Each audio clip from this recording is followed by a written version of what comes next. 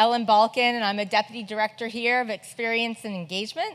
And I'm so happy to welcome you and our Curated Conversation panelists. We're really excited because this is a program in conjunction with our exhibition Flower Hands, Hoa Tay. And I don't know if you had a chance to take a look at it on the 4th floor of the museum, but if not, afterwards, please, I encourage you to go take a look. I don't know if you're aware, but this is the 50th anniversary of the Fall of Saigon, and there is a 50th anniversary committee here in New Orleans, and their aim was to have 50 different programs throughout the year commemorating the anniversary. And Ogden Museum was very thrilled to be a part of this, and our commemoration, what we decided to do was to highlight artists working in the South today who are of the Vietnamese diaspora, contemporary artists. So we were really excited when we found out that One Book, One New Orleans also was focusing their efforts on this commemoration this year, and that they had chosen E.M. Tran, Lizzie Tran's book, Daughters of the New Year. So we thought putting us all together would be a great program, and we are happy to welcome everyone, and I'm going to read out a little bio, and then I'm going to turn it over to Megan. So first we have Megan Holt. Megan is the Executive Director for One Book, One New Orleans and the Words and Music Festival. She holds a dual degree in English and Spanish and a PhD in English and comparative literature. In 2013, she began her work in community literacy. In 2015, she was named one of Gambit's 40 Under 40 and one of New Orleans Magazine's People to Watch. Her 2021 TEDx talk, Becoming Part of the Story, focuses on her work as an adult education advocate. Additionally, Louisiana Endowment for the Humanities recognized her efforts in 2023 with the Light Up for Literacy Award. Her most recent professional accomplishment is founding a book club inside the Orleans Parish Jail, connecting local art authors with incarcerated readers. E.M. Tran, Lizzie. E.M. Tran is the author of the debut novel, Daughters of the New Year. Her stories, essays, and reviews can be found in such places as the Georgia Review, Literary Hub, Joyland Magazine, and the Los Angeles Review of Books. Also Prairie Schooner and Harvard Review Online. She holds an MFA from University of Mississippi and a PhD in creative writing from Ohio University. She was born, raised, and currently lives in New Orleans. And finally, Uyên Đinh. Uyên Đinh is a collaborating curator of Hoa Tay, Flower Hands. A graduate of Barnard College, she advocates for multiculturalism as well as decolonization in cultural spaces and art practices. Her focus on Vietnamese perspectives is reflected in her writings, research, and community work. So please welcome all of them here today, and I'm going to turn it over to Megan.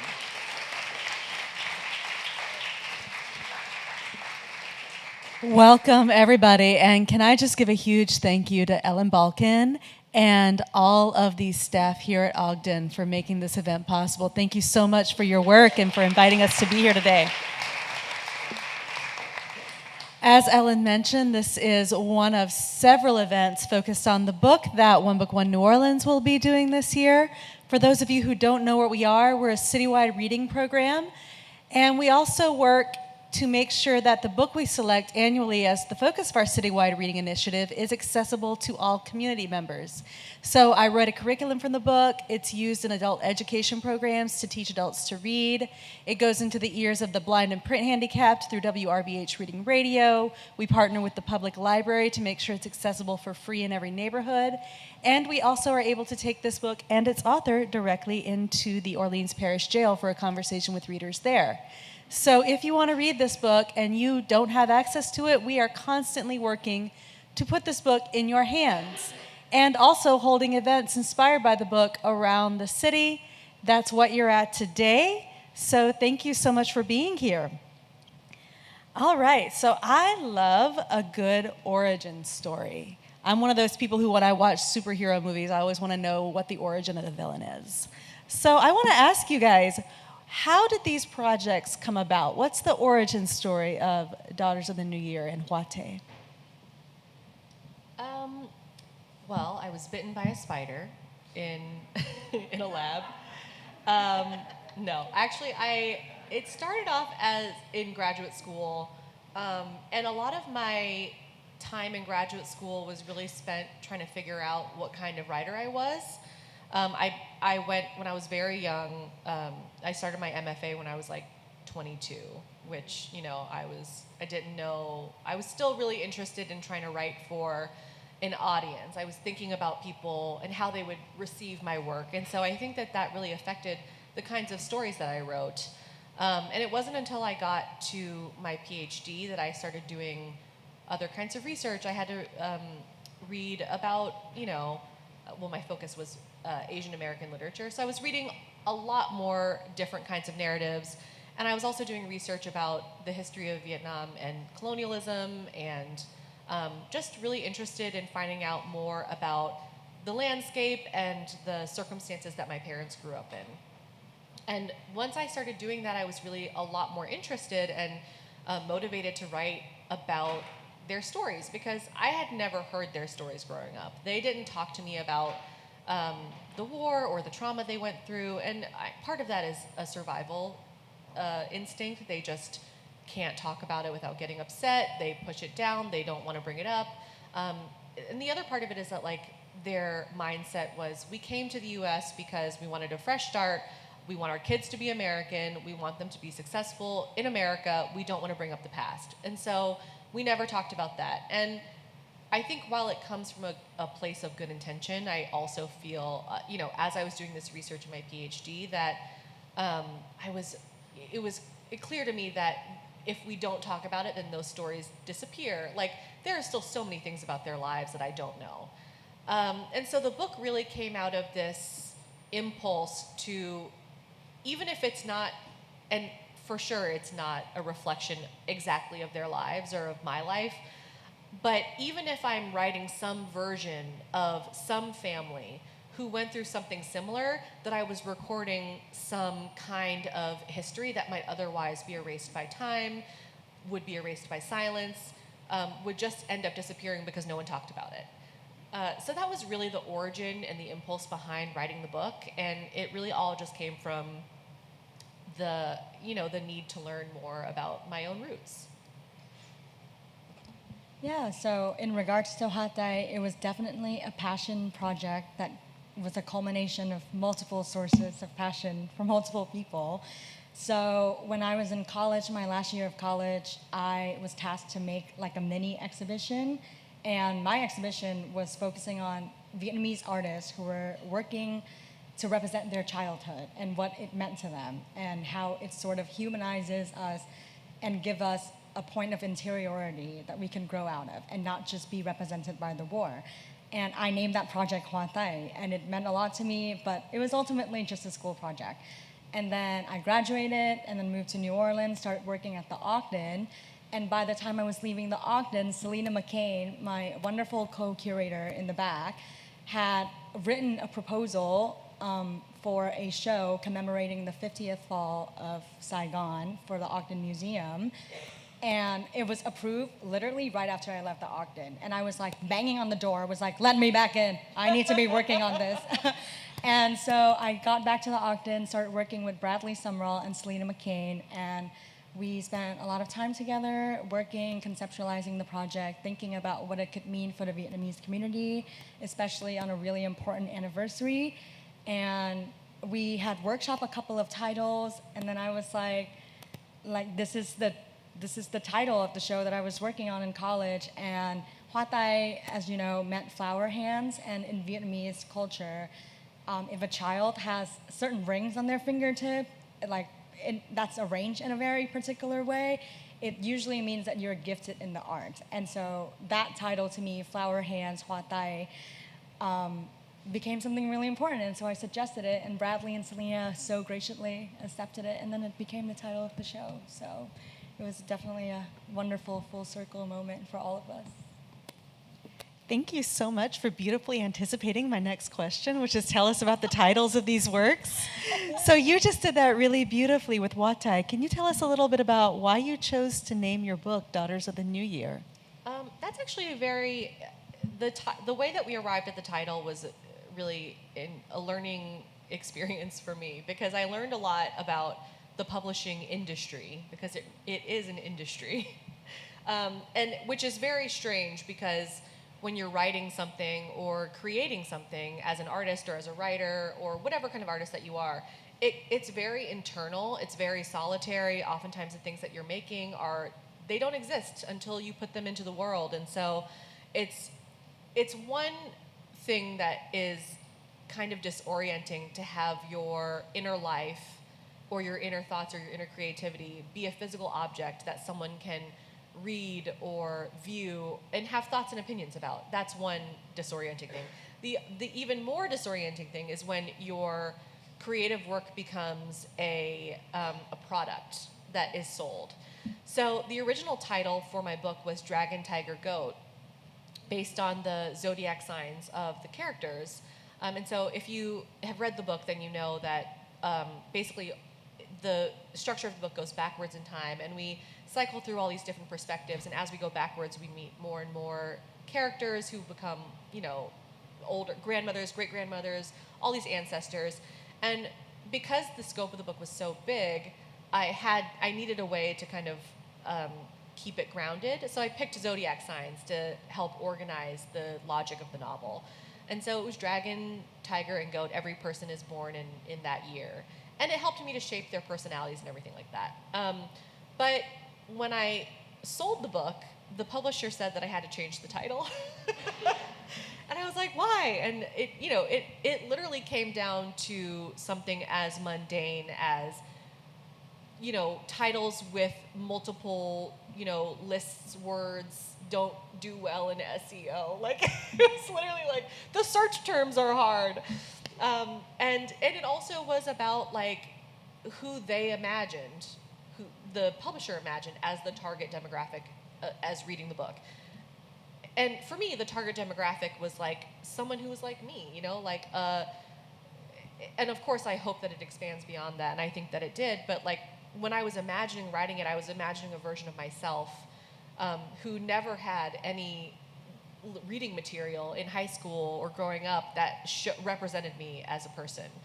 So I was really I was writing to my past self in a way. And the demographics that the publisher viewed, it was like, again, I learned a lot about the publishing business, which is like, okay, like this is a book club book. This is for women who, are in a certain age range. And so in order to hit those demographics, we have to have girl, women, daughters in the title, and it needs to be, it has to really be prominently featuring women, because we want women to read the book, which is, of course, the end consequence of that is amazing. I want women to read the book. But I learned so much about how titles function in the sale and the marketing of something like that. And when they said they were going to change the title, I was very resistant. I was like, no, you'll never find a title that I like. They're all going to be terrible. They're all going to suck. Dragon, Tiger, Goat is it. But, I was like, I'll be open to it. So then basically the first title that my editor sent me was Daughters of the New Year. And I was like, I feel like I really like this, but it's like walking into the first house that you see when you're house shopping and buying it. But I did begrudgingly was like, I really like this title, and I think that it really speaks to what the book is about, which is that it's about this lineage of women. And I like that they're daughters and not mothers, right? Because there's this kind of childlike discovery that's happening throughout the book as you go backwards. And also you meet the older characters when they're young as well, which was one of the major objectives of my book, which was to humanize. When you're a kid growing up, you don't think about your parents as people.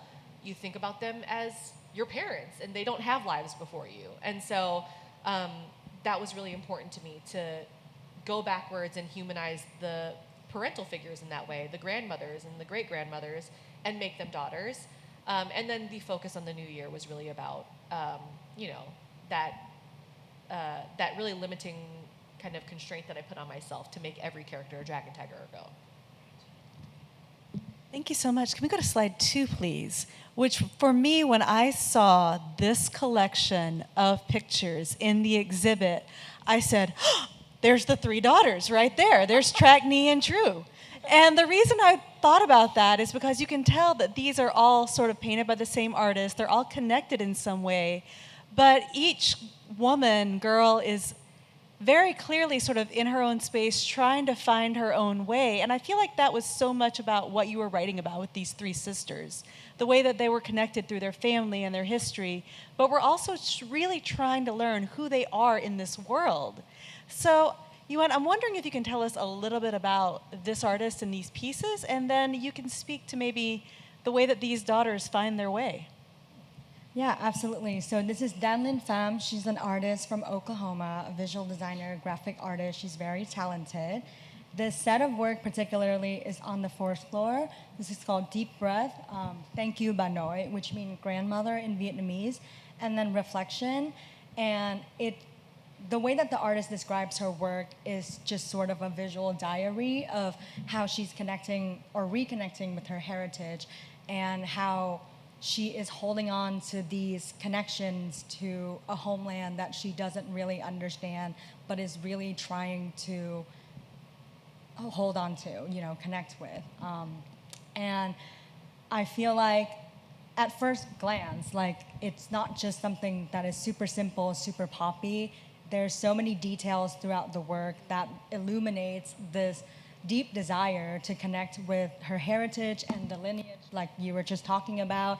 For example, in Thank You Ba Noi, you can see the 3 daisy flowers over there. Those are traditionally Vietnamese funeral flowers. And then you can see the incense on the right side. And she spoke a lot about these phone calls to her grandmother, where she's just not really speaking the same language as her grandma, but is also like, this is my grandma, like I really want to talk to her, I really want to understand where she's coming from. So I feel like for a lot of children of the diaspora, there's this deep desire to communicate, but also to find yourself being trapped in this space where there's not really any words to describe your experience to them, and there's not really any words for them to describe their experiences back to you. And so all of these works, all of these artists is engaging in a lifelong mission of trying to fill that gaps with visual cues and how they're representing their inner interiority through images. And Dan's work don't only consist of these prints. She also is very talented, multidisciplinary artist, and she did the lanterns in the fruit shapes on the first floor in front of Marianne Hill's film that you saw on the first floor. And those lanterns specifically, she had molded them according to fruits like persimmons, avocados, fruits that hold a lot of weight and meaning in Vietnamese culture. And she's thinking very deeply and very passionately about her project and how to honor her grandma. She also did a really beautiful series of altar work that we really wanted to include, but it was a way to welcome her grandma back into her house after her passing, and we thought it was really beautiful. So yeah, I feel like a lot of the works in the show, Dan's work in particular, is in connection with that, and just keep calling back to this gap of communication that we're always trying to fill. Yeah, it's funny that you picked these pieces for this discussion, because when I saw the exhibit, my husband was like, you have to come see these. I feel like these belong in our home. They're beautiful. And they are.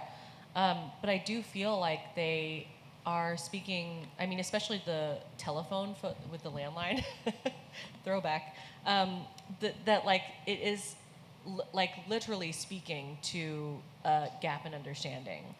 But that is really what the characters, to your question, how do the characters find their way through the world?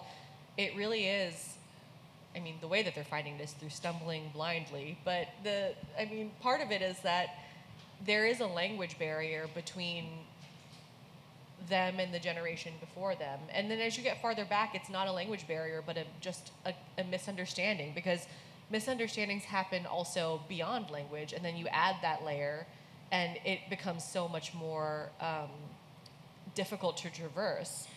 And so, I really wanted to think about that when I was writing the characters, and I think that this here does it beautifully through visual art, but when you're writing it, it's really hard to think about how silence happens because of language gap.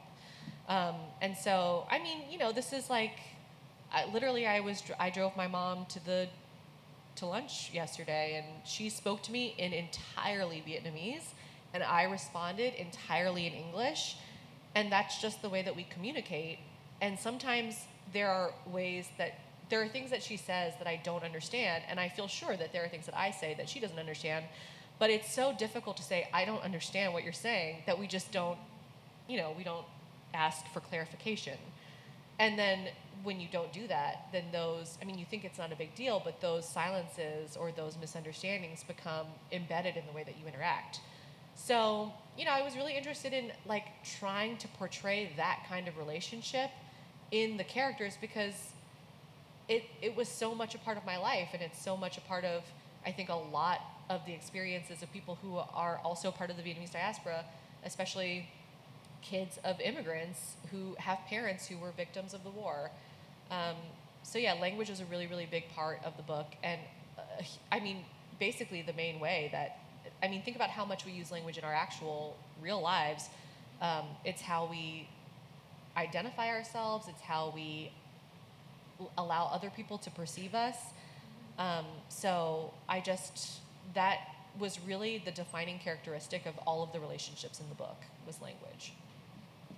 Absolutely, and I feel like there are so many instances in the book where a child does not know why their parent is acting that way or doing what they're doing. We as the reader know because we've been privy to that character's head, but the child doesn't know.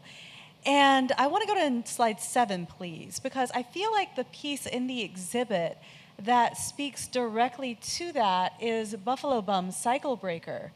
Because it said, and I did not get it at first, I had to read the caption. This is just a piece of the caption, right? There's a communication breakdown between parents and kids of Vietnamese families in America, and that's what is apparently going on in this piece. And I just put a few instances of the communication breakdown happening in your book as well. Probably the one that breaks my heart the most, there's this one moment in the book. The dad has bought his daughter a house, and he's so proud and excited, and she's just like, "No, I'm not going to live here." And it really hurt, but that is such a generational thing where I want to forge my own path. I want to pick out my own house. This is what I want my life to be. And you're trying to put me in the way you want to see me, Dad, and it's not happening. So I was wondering if you could talk a little bit about this piece and that communication breakdown going on that you really do have to read the caption to understand. Yeah, absolutely. So this is a piece by Million Pham. It's called Buffalo Bum Cycle Breaker. And Buffalo Bum in Vietnamese is a slang term for those who just kind of sit and lounge around and don't really do anything about their life and sort of picking the path of leisure. And it's really interesting that we're talking a lot about language and language barrier, because I was actually born and raised in Vietnam, so I speak the same language as my parent. Like we've always communicate in the same language, but there's also that generational gap, that attitude gap that prevents you from being candid with your parents, even when you're speaking the same language. And I feel like that is a relatable thing for people of all culture, is that particular gap. And so Million is a Vietnamese refugee. She moved here when she was 5. She's currently in Alabama. And she speaks a lot about her parents' attitude and all of these growing pains and these tension points between her relationship with her parents and their reaction to this career path that she has chosen. And that's what she titled the piece Buffalo Bum, because that's the term that Vietnamese parents would use for people who just sort of don't really do anything quote unquote productive to society.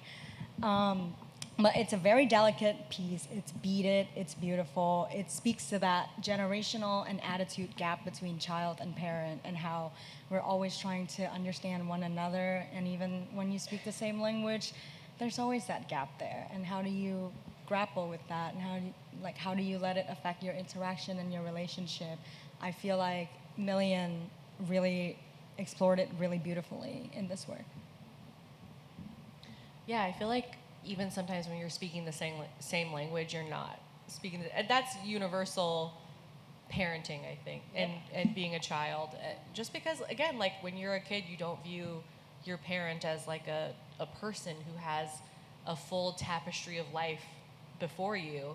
And then in the same way, if you're a parent, you view your kid as forever that kid.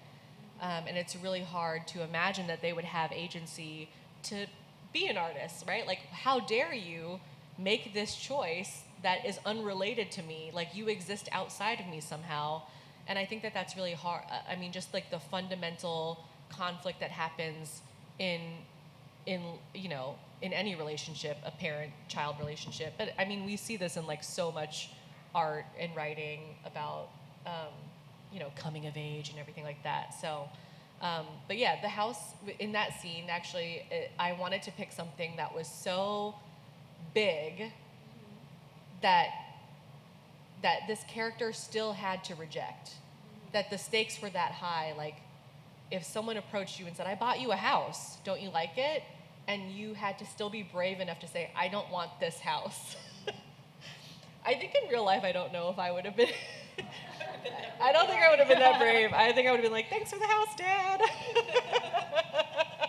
It's not in the neighborhood I want, and it's not the house that I like, but I will accept this house to avoid conflict. But yeah, I wanted it to be like the mistranslation between them, not just in language, but just like in desire, in life, in goals. I wanted that to be made physical in this house. And I wanted it to be so big that when the reader was reading it, they were just like, how is she going to say no? And she's going to say no. And it's going to be difficult for anyone who has to witness it. But yeah, that's why I picked that, because I tried to imagine something that I felt my own dad would do. And I do think that he would have gone that big, just because Vietnamese parents are, I mean, as hard as they can be, as cold as they can seem, I always knew that my parents were trying to do things that they felt were in my best interests, that they were always trying to help me, they were trying to help me succeed. And sometimes the means by which they did that was not, I didn't like it. And I still felt it was sometimes misguided. But I did feel that they would have done something as large of a gesture as, I bought you this house because I want you to be safe. I want you to, have security. I want you to have capital or whatever. Because, like land, homes, that's all of that is happening in that house. But yeah, it's definitely based on this bigger understanding that I have about my parents' generation and how they wanted us to grow up. And we've been talking a lot about the family dynamics in this book, right? But it's not just about family dynamics. Can we go to slide 3, please? It's about sort of the family dynamics in this larger context of history. And that's what I see when I look at Visions of Tomorrow by Brandon Tho Harris. I almost just did this entire talk on bits of Visions of Tomorrow and how they resonate with the book, but I really wanted to talk about the larger exhibit instead. So what we see here, and you guys should go see it, it takes up almost a whole wall, is pieces of Vietnamese history, but they're mapped onto these beautifully ordinary family moments. Like you see a birthday party or somebody's first car. And when I saw that, I said, there's so much about how these historical moments are mapped on to these families' lives as well. So, and slide 4, please. I have a few examples. Right, we've got these family photos, like I just said. There's actually in both of these pieces, the Buddhist monk is self-immolating. There's a map of Vietnam or information about Vietnam that you would find in a history book. There were also moments of history such as Hurricane Katrina or the 9/11 attacks that were mapped onto this family's story as well. So I'm wondering if you can talk a little bit about why you guys felt it important to put these personal moments up against these historical moments. Well, I can't speak for Brandon, but I'll speak for... But I think that I have a pretty good idea of why he did it. But yeah, I definitely, as I was writing the book, because as I mentioned, the scope of it was so large because I was going backwards in time, and my intended endpoint was the women warriors that I wanted to end with. The timeline was really large, and I still wanted to give a coherent snapshot of this family and this family line, and that was really difficult with the scope of time that I picked and the number of characters that I had committed myself to. And in fact, I think at one point I was like, why did I do this? Like, why did I pick so many characters? Because I have a problem. I had created a problem for myself. And added to that, I'm moving the timeline backwards. So that was another real issue that I created for myself, because that's not traditionally how stories are told. Usually when you hear a story, people think about, especially certain kinds of novels, things that have a beginning, middle, and end, and they move forward in time, and there's an inciting incident. But this didn't have that. It didn't have an inciting incident per se, because it was moving backwards, and we were uncovering layers of the past. So I was really interested in tethering the actual timeline of it to back to earth for the reader by putting in actual historic events that would help people feel like they could locate themselves temporally. And so it basically went through the span of time that I had wanted to write about, and I went through and kind of picked these moments that I felt would be really, for different reasons, things that I felt were connected to the characters' lives, things that I felt would be really interesting to write about image-wise, things that I felt were important to the historical context of how these characters were living, and it was really what ended up happening actually when I wrote about these historic events was that they weren't centered in the actual narrative, they were just happening. And I think that that's how we experience historic events. I think that when something wild happens or something crazy, oftentimes we're just living our lives and our own personal dramas are still unfolding. We are still having relationship issues. We're still having conflict with our parents. We're still having maybe an internal reckoning about our identities. And that's all happening, while the Twin Towers are collapsing. And it's not that the Twin Towers aren't important, it's that life is still happening at the same time and also intertwined with that. Like, none of it is separate or not, it's all mutual, right? And so it's like the way that I imagined the Vietnam War for my parents, and because the conflict was so much longer than I think many Americans realize or think about it as, because we think about it centering U.S. involvement, but that conflict is so much longer. The conflict for Vietnamese independence, it's and Vietnamese identity and nationalism, it's like way longer than anyone ever talks about here in the U.S. And so I was trying to imagine all of these, the war, all of the bombing. My parents talk about bombings. I'm like trying to imagine what that's like, but really what it's like is that they're just living their lives and also bombs are happening. So I was really interested in creating the historic backdrop, but also making sure that the characters' lives were at the forefront. And with this exhibit, that really felt like I imagined the book as a tapestry. It really felt like it was a tapestry of things that are all happening at the same time. Even if they're not happening at the same time. In a person's life, all those things are held in one person, and so it's happening at the same time in that person, if that makes sense. Yeah, so when we were conceptualizing the exhibition, one of the questions that were really present in our mind was, how do we honor this historical event without making the whole exhibition about the war? And I feel like Brandon's work is totally exemplify of that sentiment of, it's so different how you define milestones. You can define milestones by historical events, or you can define milestone by buying your first house, buying your first car, spending your first birthday with your sister, et cetera, et cetera. And we really wanted, more than anything, to explore the interiority of these individuals living through the war. Because as Lizzie said, you're still living your life as these things unfold. I mean, we're doing it right now. So they did it before, just, 30 years ago, and it's 50 years ago. And it's just, we really wanted to make sure that when you look at the Vietnamese population, you don't just think war.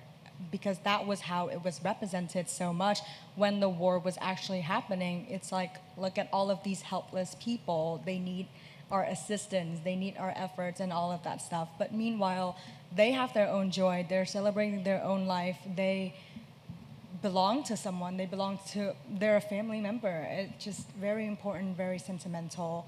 And I am a firm believer that personal experience and personal anecdote has a really big place in how we understand history, and we can't just look at these events as historical facts. We have to look at them as emotional facts as well, and that's, I think, what Visions of Tomorrow, which consists of pictures of Brandon's grandparents. His family has actually buried his grandfather's photograph underground during the war, and it's such a protective energy towards all of this important family history and towards all of these milestones that meant so much more to them than whatever Western representation of the war could ever encompass. So I think Brandon really successfully achieved that with Visions of Tomorrow. It's a very beautiful collage, and like Lizzie said, it's a very important place in the tapestry of how we think about the war 50 years later. And I'm so glad that you said, we wanted to show more than these poor people. Let's go to slide 5, please. Because I think that's what this next artist does really beautifully. This is the largest piece in the exhibit. It takes up a whole wall. It's stunning.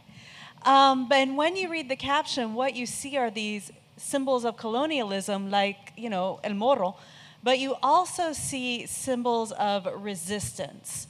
And next slide, please.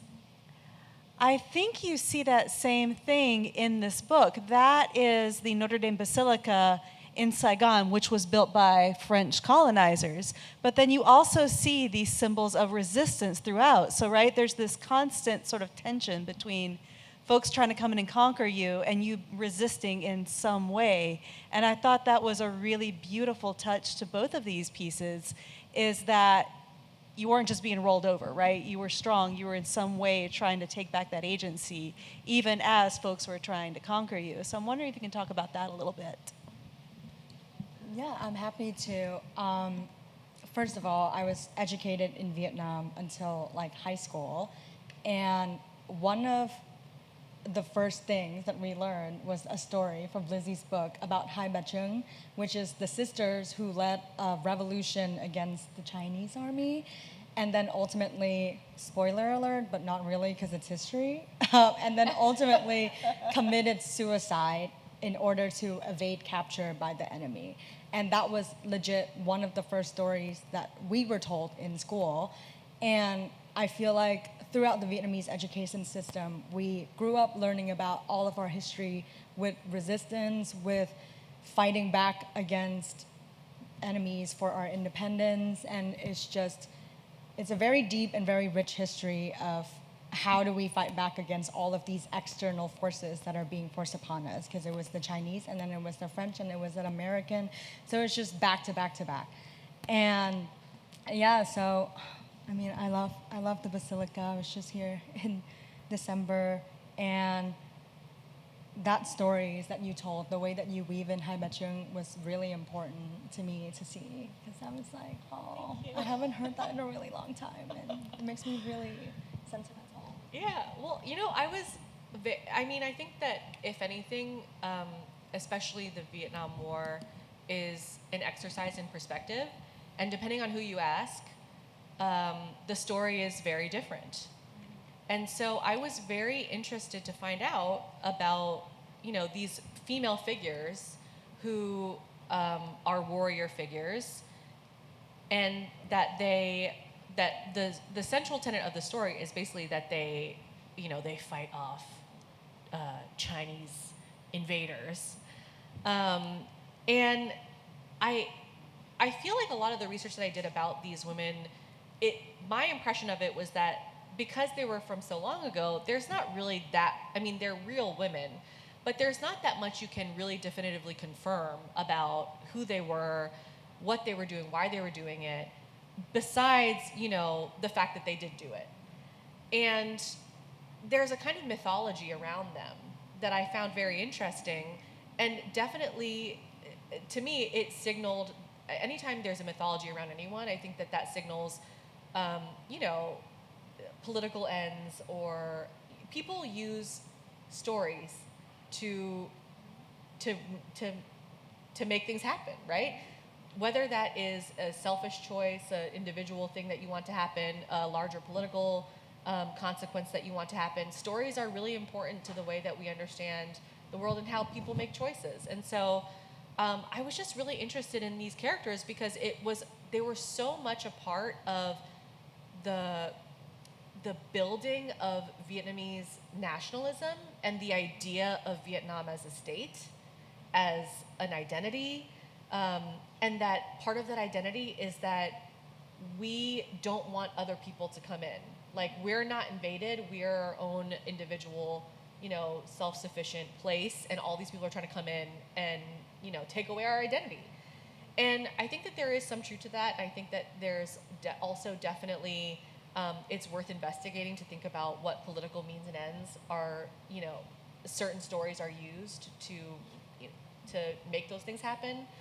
And I feel like all of my research about Vietnam was also, it was like basically that refrain over and over again. It was like, okay, whose perspective am I reading this from? It's usually the US perspective, and so oftentimes the US was centered in the storytelling about that. And what objective were they trying to achieve by telling the story this way?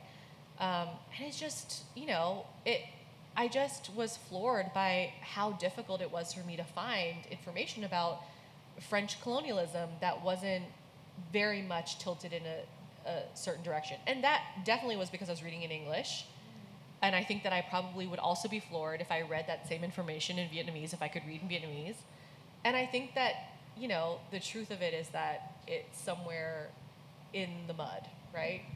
Like, and it, again, a matter of perspective, who you ask. I asked my parents, like, what did you think of French colonialism? Because my parents were for sure alive before the French left. And it was so interesting to hear how they felt about it because, they were like, we liked the French because they benefited from it, right?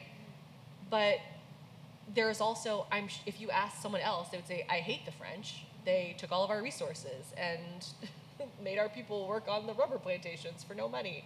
So I think that it is really, really, the book was really about not necessarily assigning blame, except for the men that got stabbed in the book. They definitely get blamed for stuff. But it's not necessarily about assigning blame, but thinking about the complexities of the individual lives that are affected and the perspectives that come out of that when there is conquest and resistance that's happening, when there's a need for resistance because of conquest. So yeah, I don't know if that is the correct answer, but it's mine. All answers are correct answers.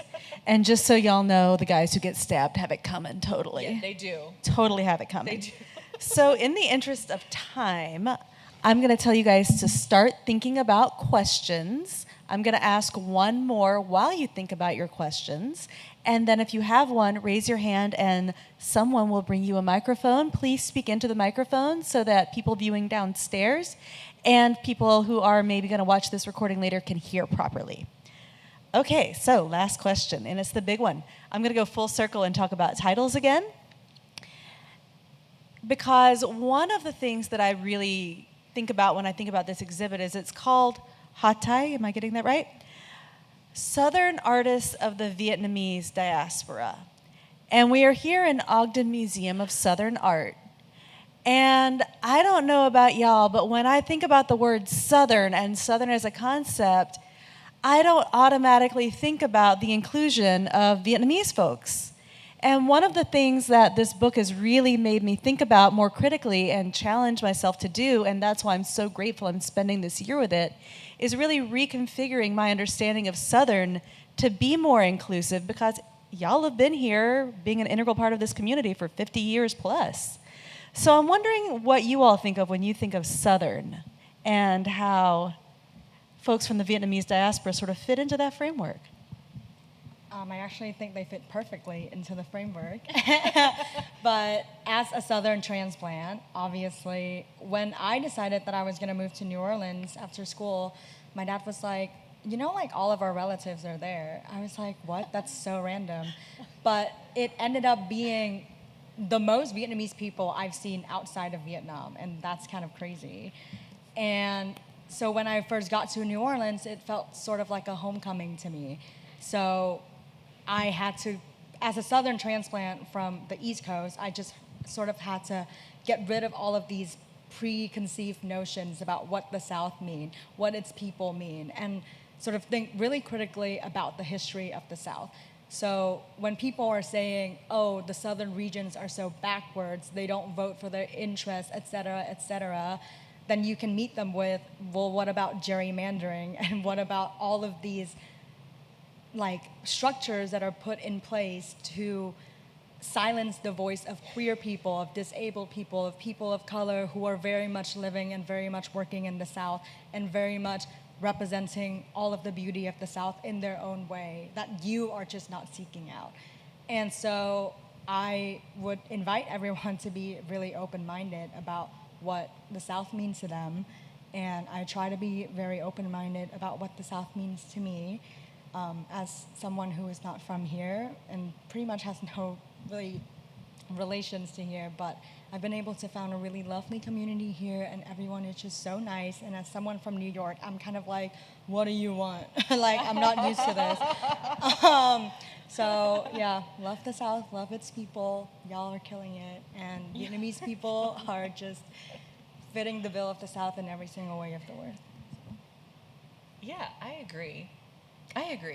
Well, I would say I was, I like that you asked this question because I was thinking about this the other day when I was mindlessly scrolling on my phone. And there was this food influencer who came to New Orleans, and he did like a little video, and he'd gone to some Vietnamese restaurants. And he did a whole video on Vietnamese restaurants, actually. He was like, I came to New Orleans, and I'm going to these Vietnamese restaurants. I'm like, oh, okay. And one of my favorite activities is going to the comments, particularly for funny reels. But I just aged myself because also if you're actually young, you watch TikTok, but I'm on Instagram. So I get all of my video content like 3 weeks later. But I was reading the comments on this video, and I don't know why I continue to be surprised by this, but I was just surprised by the number of people who came into the comments to say, why did you come to New Orleans to eat Vietnamese food? Like, New Orleans, literally people were just saying straight up, like, New Orleans is not known for Vietnamese food. Like, you need to get, Southern food. You need to get crawfish etouffee and gumbo and, naming all of the things that are delicious and very much are a part of the culinary landscape of New Orleans. But it was just very surprising to me that still people will see a video like that and their immediate reaction is exclusion. Like, why would you go to New Orleans to have Vietnamese food? They're not known for that. Which is, besides being inaccurate, like, there's a gigantic Vietnamese community here and lots of Vietnamese restaurants. And actually, we are known for Vietnamese restaurants because we're, a stronghold of Vietnamese immigrants and second-generation immigrants and so on and so forth. That it very much speaks to this idea of the South as this inflexible image of the kinds of food and the kinds of people who live here. And we see this is perpetuated through movies and television, the kinds of accents that we see, through the kinds of video content that we consume, for other influencers who are visiting New Orleans and trying the different, famous New Orleans restaurants. Usually they're not Vietnamese restaurants. It's perpetuated through all of the things that we consume as people in the world. And it's just also so funny because the actual word, the South and Southern, if you ask someone, what is the South? Then the answer is different for everyone. You can ask someone where the South begins, and they will give you a different state every time. Mm-hmm. If you ask someone if Missouri is in the South, get ready for a fight. Because people have very strong opinions about that. And it's not agreed upon. People don't have agreed upon definition of it, and yet we have such strong opinions about what the South looks like, who occupies the South, how the South sounds, how the food in the South looks. And because no one can really answer the question, I pose to you that maybe the South is just whoever is here and whoever wants to be here, and that's fine. And so, I think it's really, really important for Southern artists, Southern makers, Southern storytellers, everyone, not just artists, but like restaurateurs or nonprofits, for people to continue to produce things in the South that challenge the way that we understand who lives here and what kind of things can be done here. Because it's not just about people who are in the South, but it leads to like outsider perceptions of what the South is. Like if you ask someone in New York what they think the South is like, they probably have a very defined and inflexible understanding of what that is. But the more you put out books and you put out narratives and food from this place that does not line up with that, I think the more difficult it is for people to deny that it's a diverse place. So my grandmother, y'all, when she would be talking about someone who just moved from another part of the country and had a kid in the South, she'd be like, just because a cat had kittens in the oven, that doesn't make them biscuits. But y'all, maybe it does make them biscuits, Maybe they are biscuits. Maybe they are. Yes. And on that happy note, does anyone have a question? All right, I see a hand in the back, and then a hand up there, and then another hand in the back.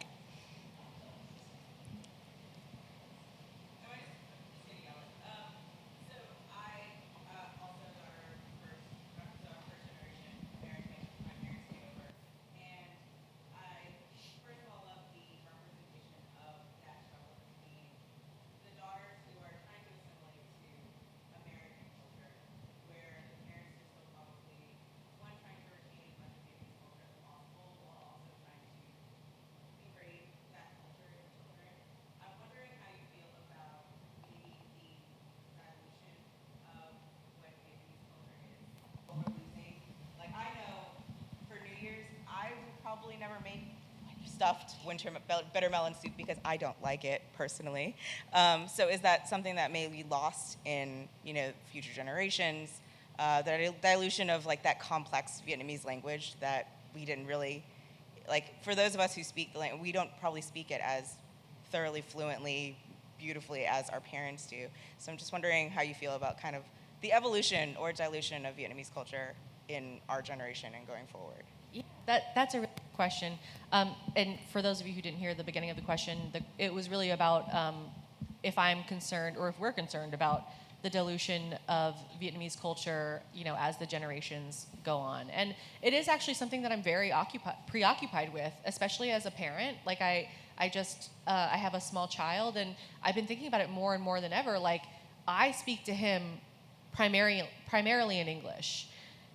So he's going to learn everything in English. And I think every day about the culture that's lost just because I can't speak to him in Vietnamese, and he won't be fluent in it unless I make a concerted effort to do that, which, every day I think about enrolling in a Vietnamese class just so that I can do that, because I am really worried about what is lost through time and through aging. And there's just, I don't know if there's a way to reconcile it or resolve it, and I don't think that there's a way to prevent it from happening. And it's just, I think the most important part about the dilution that's happening over time is just recognizing that it is happening. And so for me, one of the ways that I try to prevent that is just through storytelling and asking my mom stories and then trying to record them in my own way, which is through, writing it down or writing it in a book. And everyone's going to do it differently. I know some people do it, like chefs do it through cooking, like preserving culture through making food for their family. Some people do it through language, by trying to preserve the language. But I think that it's a losing battle, but it's not worth giving it up, because there is something gained in the actual struggle itself. The struggle to try to tell the story or try to speak to my son in Vietnamese, even if it's butchered. And I'm sure if I put him in Vietnamese class, at some point he'll, be more proficient in it than I am, and that's another ego issue that I'll have to deal with. But, it is, I think that it is something that I'm preoccupied with, literally on the daily. And, just even, any traditions, because my parents we don't, talk, in the way that we're not pals, I always was jealous of my friends growing up who were white, who did seem to be pals with their parents. And I was never pals with my parents. That's just not the nature of our relationship. And so we never talked about certain traditions. And one of them, which is the altar for my dad, I feel 100% certain that I'm doing it wrong. I'm doing whatever the tradition is with the incense burning and the prayers, definitely doing it wrong. And when we did the ceremony at the Buddhist temple, the monks would yell at me, they'd be like you bow 4 times and then stand up and sit down. And we had to do that for 49 days. And it was I was I don't know what I'm doing. I'm just listening to this monk tell me what to do, and I'm going to do it. And I thought I remember vividly thinking about how when I leave this temple and when I do this at my own home, I'm going to do it not this way. I'm going to have to create this new tradition. And maybe it's maybe it is diluting it, maybe it is different, but, I just had to come to terms with the fact that I'm just creating a new tradition, and that's maybe also the physical manifestation of, my identity as a person who is, living this mixed existence in the U.S., but with this culture that I'm, trying desperately to grasp onto. So, I don't know. Do you have your experience is different, though, because you came from Vietnam. So, do you feel like that's happening? I feel as someone who grew up not here, I don't feel that as much, but I do definitely think that it's a valid question for people in the diaspora. I am of the opinion that if you're making the effort with intention, then there's no such thing as dilution. You're just meeting the culture at your own pace. And I feel there's definitely beauty in that. I feel when we had our exhibition opening, just the sheer fact that there were so many Vietnamese faces in the room wearing our traditional clothing means that this culture will always exist, and people will always try to seek out their connection with it in whatever way that they can. And even if that means speaking one Vietnamese word or learning one new tradition every day, that in and of itself is a full action. It carries a lot of weight, it carries a lot of meaning to you, and as long as you have that desire in your heart, then I don't think it's diluted. And yeah. That's a much more positive look on. I was there's no stopping it.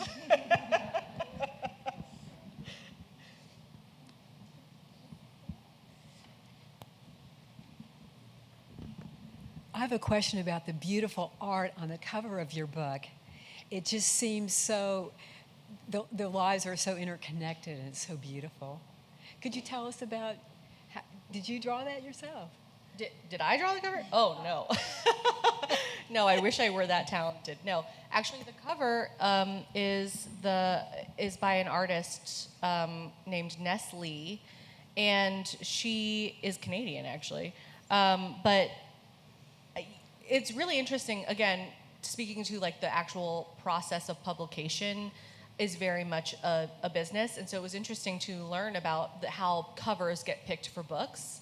And I was really lucky because I had a team who really listened to what I wanted in a cover. I feel for a lot of books that they're this is women's book club fiction for the beach. They put shoes on the cover, I was I don't want shoes on the cover and no purses. But they really listened to me, and they sought out an Asian diasporic artist I think the cover does really speak to kind of like the intertwined community of women, this lineage of women. And I think that when you are looking at a lot of diasporic art, a lot of it centers on community, on like understanding the past and like the interconnectedness of that. And actually, one of the things I was really interested in the exhibit that I just noticed during our discussion was how futuristic it was. Like I felt like even Visions of Tomorrow, is that what it was called? That is, all of those things are, many of those things were things of the past, but like repositioning it as visions of the future, of tomorrow, what is very much like this hopeful feeling of optimism despite things that may have happened, and how interconnected all of our lives are. And so, yeah, I think that the book, the cover, I loved the cover. It was like my first choice, although you should know that for a lot of people, they don't get to pick at all. I was like, I like this cover the most, and they're like, we'll see. I was like, okay, great, fingers crossed. But I've started noticing, in this exhibit and then other art about being displaced, about grappling with immigrant life, there's always this kind of hopefulness, right? And this interconnectedness that I think is really unique to the human experience. Like we're always trying to search for survival and trying to search for, the tomorrow. And I think that comes from, it's never solitary. Over there on that side of the room. Okay. Thank you. The thoughts, mythology of oppression, vestiges of colonialism, and who's telling the story. So thank you for that, because that's what was roaming in my head from everything you were presenting. And I think it's so brilliant with the celebration to make sure that we don't forget our Vietnamese community. Post-Katrina, I escaped on a stolen school bus. I escaped 3 days after Levy's preach. I came back, and I was so well aware of the Village Versailles and what the Vietnamese community were doing to rebuild among themselves. Even though then Mayor Nagin opened up a Superfund site or something to really stop, but the Vietnamese community just did so much. So thank you for bringing that, and I look forward to buying the book and just, a story that generally, like when you're saying, and some of the best Vietnamese restaurants, as you know, are on the West Bank, people don't think about. There used to be this great restaurant in the CBD, Pho, something Pho. But anyway, thank you. Those are the things I thought. Mythologies of oppression, vestiges of colonialism, and who's telling the story. So the question in the long about way is,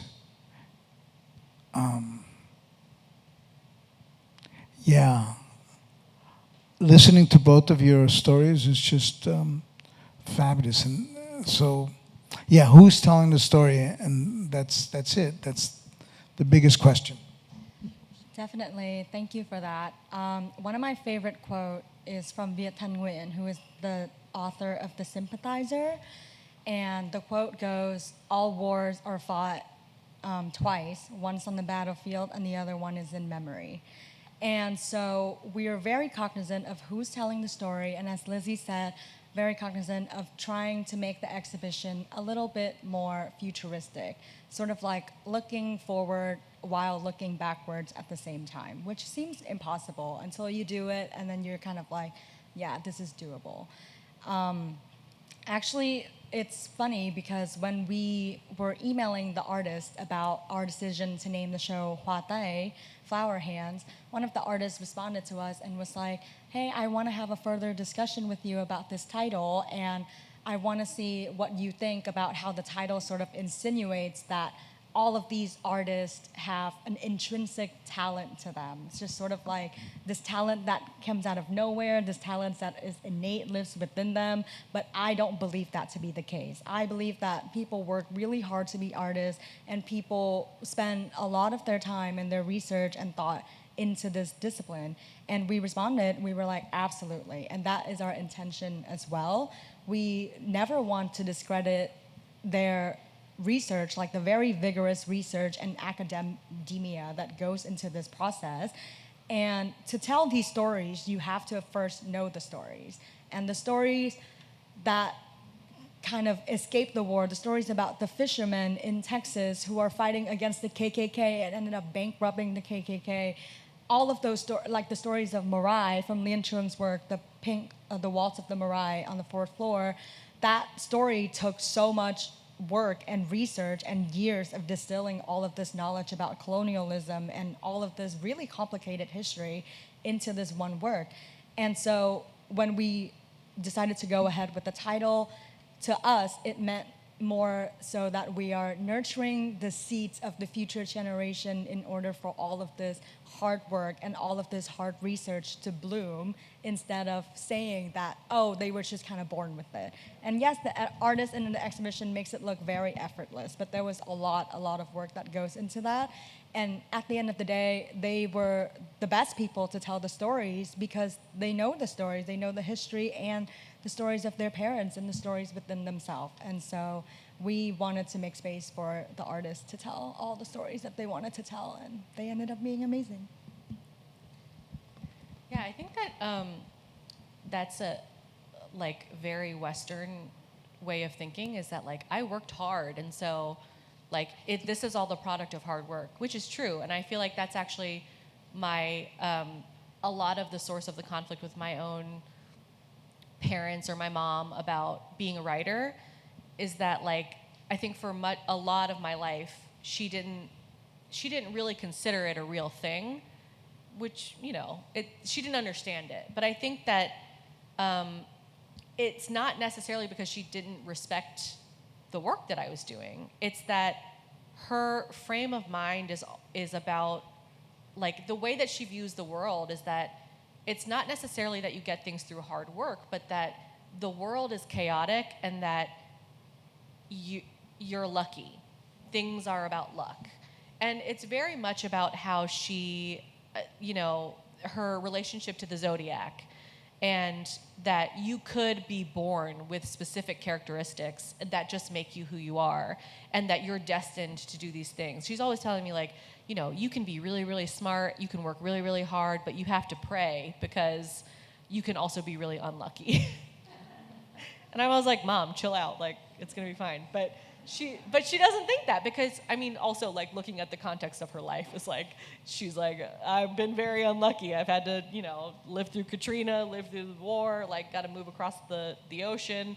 So I think that understanding that has really helped me to understand why, speaking of stories, the way that I tell my own story is so much different than the way that she would tell her own story, or even tell the story of my life, because of the way that we center or the way that we frame the world.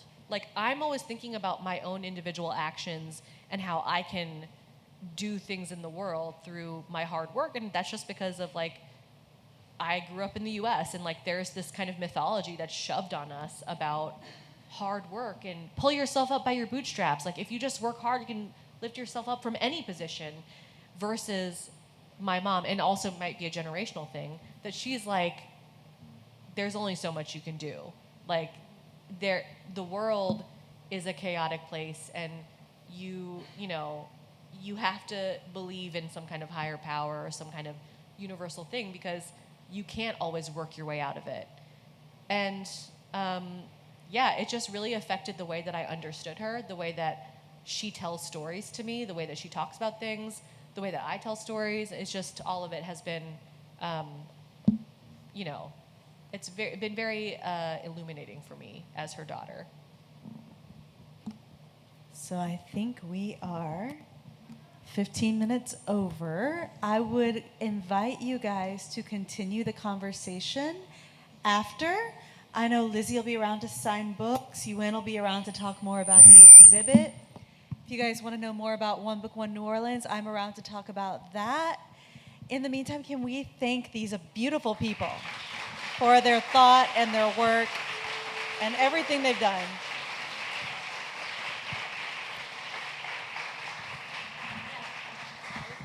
Yes, thank you so much.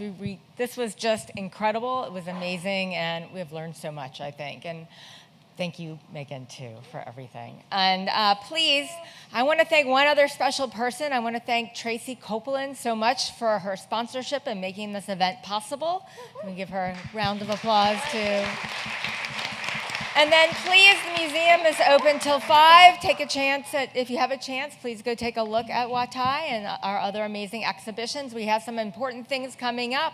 Next weekend, please come for White Linen Night in celebration of Louisiana Contemporary, our annual juried show. It should be an amazing show. On the 16th of August, we have a free family day honoring Hoa Tay, so that should be wonderful from 10 to 2.